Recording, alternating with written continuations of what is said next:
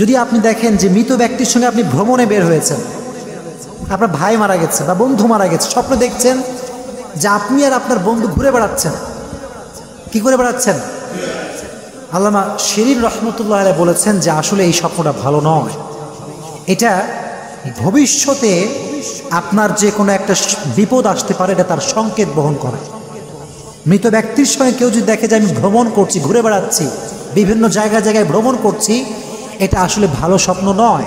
এই স্বপ্নের ব্যাখ্যা হচ্ছে একটা, যে সামনে ভবিষ্যতে, অনাগত ভবিষ্যতে আপনার জন্য বিপদ অপেক্ষা করছে।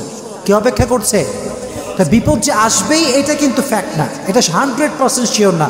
তবে ব্যাখ্যা এই কথা বলে যে বিপদ আসতে পারে। এজন্য বিপদ থেকে বাঁচতে চাইলে করবেন একটা কাজ, সেটা হচ্ছে দান এবং সদকা। কি করবেন বলেন? দান এবং, ইন্না সদকা তাদফাউল বালা। দান এবং সদকা বান্দার সমস্ত বিপদ আর আপদকে দূর করে দেয়। বলেন সুবহানাল্লাহ। আল্লামা শিরিন রহমতুল্লাহি আলাইহি একটা বই লিখেছেন স্বপ্নের ব্যাখ্যার ক্ষেত্রে একটা বই, এবং এই বইটা খুব গ্রহণযোগ্য, অ্যাকসেপ্টেবল একটা বুক।